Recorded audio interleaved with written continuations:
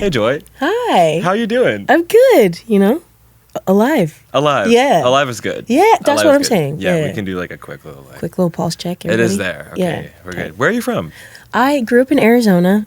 My family's originally from Nigeria, but my parents moved from Nigeria to the States in like the 80s, and then they had a few babies, and I was one of them, and now I'm your problem, How many siblings do you have? I have 2 older sisters. You're the youngest. Yeah, that's why I'm this way. Yeah. Okay, noted. Yeah. Noted. That's very informative for me in this Yeah. interview. No, that's good to me. So they came over from Nigeria to Arizona? They stopped a couple places to do school, but we settled.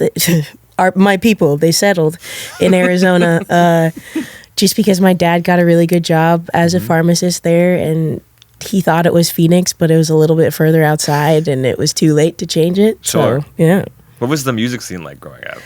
Growing up, there was no, I guess there was probably music happening in my hometown, but for me, as a kid, I wanted to see the bands that I wanted to see, Paramore in the starting line and Manchester Orchestra. I was into rock, so I wanted to see rock bands, and my mom would she'd be like, okay, you can take a friend, and she would drive me the 2 hours or wherever to go see Haley Williams thrash around this tiny club, and I honestly think that especially where I'm from, there's not a lot of arts funding or education.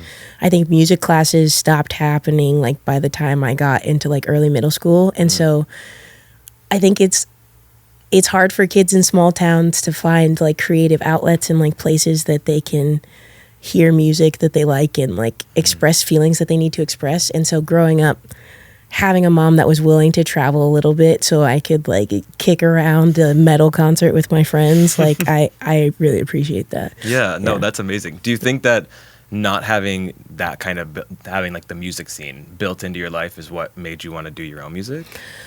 Sort of. I'm a pretty introverted, quiet person. So for me, making music started as just a means to help me learn how to express myself. I was shy growing up. I was one of the only black, one of the only queer people around, and it was hard to always feel like I was fully expressed. And so I think my love for live music came from seeing people express themselves, and then my desire to sort of even just pick up a guitar and play it by myself in my room just came from that need of also needing to put words to my feelings. And I used to like write songs for my friends when they went through breakups and like all that stuff, you know, like it's always just been sort of like a personal one-to-one thing for me. But then, you know, I grew up and realized like, oh, this could maybe sort of be a job if you work for free for like ever and the right person notices you.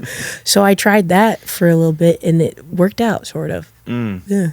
How do you reconcile your introversion with being a performer in front of thousands of people? It's tough. I go on a lot of walks. Yeah. A lot of walks. I had an early listening event for my fans at Stonewall, and honest to God, I introduced the album and then I left.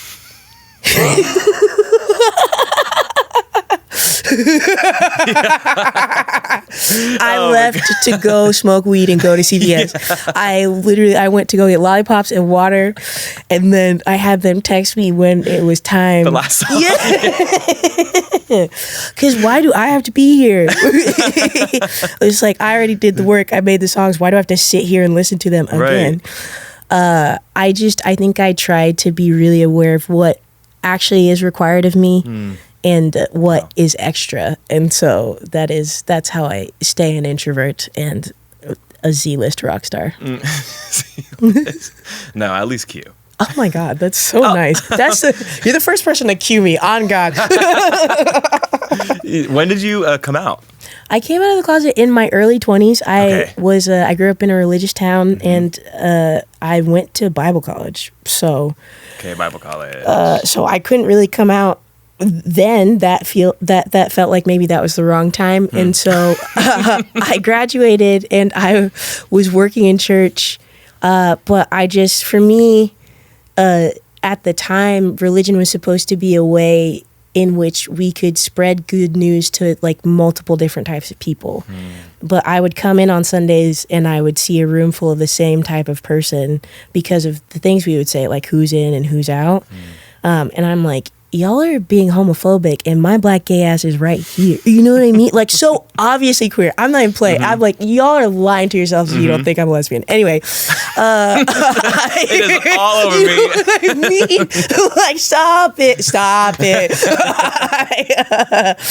I would just sit there and I'd be like, this doesn't feel right. And like, even though my relationship with religion has changed, I think that my coming out and like everything I've done since then was rooted in like, I don't think people always realize that they're around someone that's different than them or that's queer or like, you know, like I think people just turn their brains off and hope that everybody agrees with them or thinks like them. And coming out for me was a process of like sort of sharing with my friends like all those homophobic jokes you made for the past 4 years. Like I was right here, like, and I heard them and I felt them.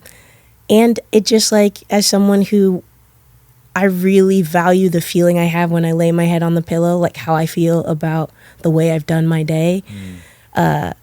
It felt really good to me to be honest, like, and to say I'm queer, like, and I'm just the same person that you've been going to church with, playing sports with, doing whatever. Like, I'm gay and you can like it or not like it, but that is the honest thing to say, you know? Totally. Yeah. I'm soaking this up because I feel very aligned with you in that. Were you a worship leader? Yeah. Same. Yeah. Same. Which is great because it's like, give me the belt. Like, CCM, they can sing. Yeah. The end. Like, and I learned like things I do now, like that's church was a training ground for me musically. So Yeah. I appreciate it in that sense. And I think it made me a good person, or like, a good person.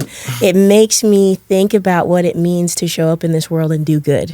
And I think that is a valuable thing when it's easy, again, to like turn your brain off and not think about the people around you and how your actions affect them. So I honestly really loved the good things that time gave me, like both practically and spiritually. I just dead ass was like, I'm not gonna go to conversion therapy so I can keep working here. Are you on drugs? Right. Or do you need to be on drugs? You probably should take drugs if you think that's a good idea. Right. Yeah, it's just a weird world, and they'll figure it out, or they won't. God, you can only hope. I feel the same exact way. It's like I am, and you probably do agree, I'm proud of the person that I am. And I also recognize that I'm only the person I am because I was raised how I was raised, which were so many of the foundational like things of church, you know? And so that's why now it's difficult. It's like, y'all taught me to be this way. So why are we struggling so much to bridge the divide? What are you surprised by? That's what, and I'm in the same boat. I'm like, you had me up on the stage every Sunday with my hair perfectly coiffed and slicked back. I could tell. I can see all it now. gap. Yeah, and I'm like, come on. Like, what are you doing? Yeah, well, it's like, you want me to take care of the poor, but just the poor people you like? Are you sick? Right. Are you fucked up? Yeah. No, it's true. It's true. And so because of that, though, it's like you have, again, there's like this homogeny in the church, if not even an aesthetic in the way people think. That's, I don't know. I don't enjoy it. And so it's like, for me at least, I just started touring for the first time. You've been doing it for a while. Yeah. But it's almost like, I haven't felt like I've been in church until I get up in these crowds and I'm like, this looks like the kind of congregation that you want to preach to and do music for. Yeah. Have you had a similar experience?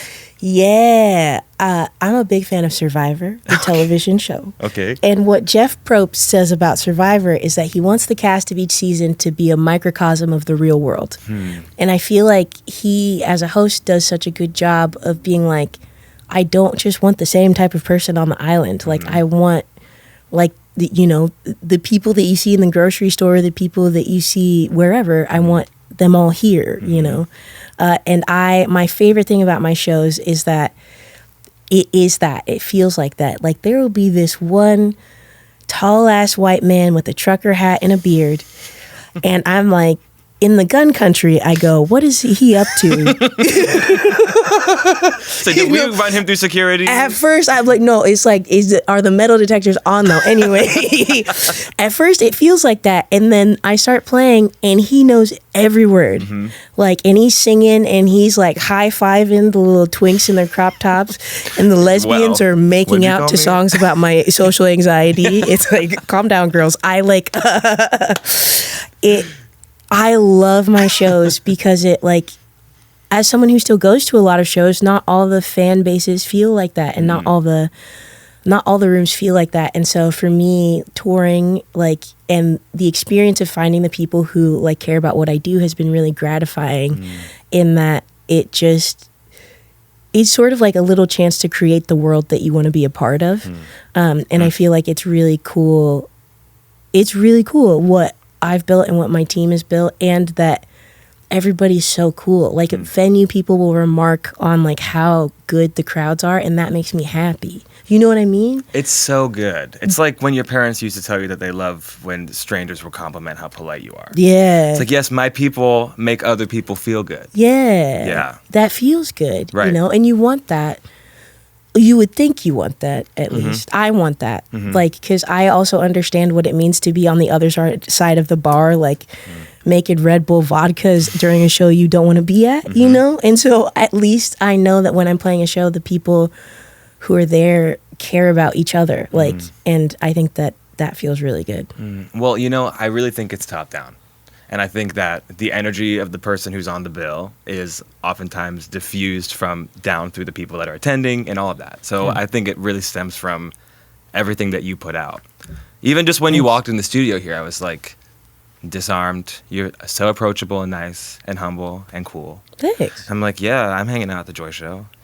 I'll tip a little extra. Well, because who actually gives a fuck that I play music for a living? I think about this all the time. Okay, tell me. No, I'm very intrigued about that. When I'm at Target, listen, okay. If I'm at Target just buying stuff, you ever go to Target to buy stuff?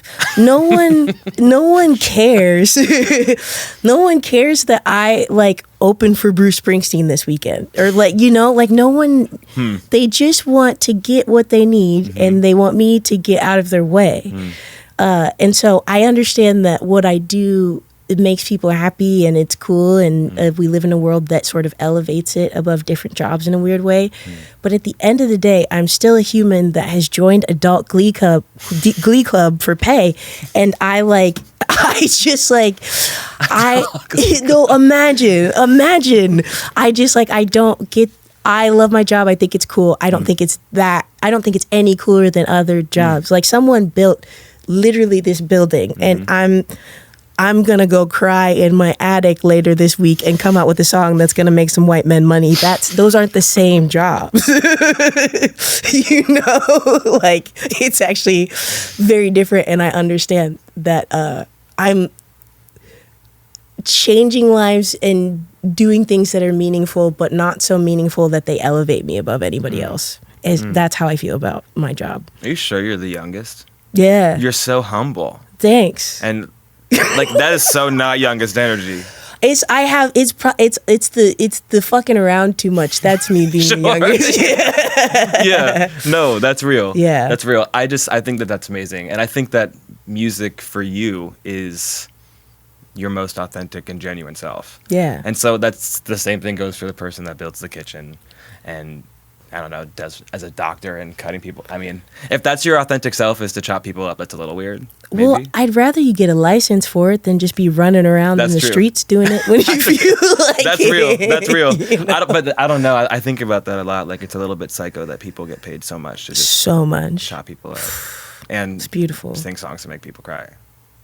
That's what I think is crazy.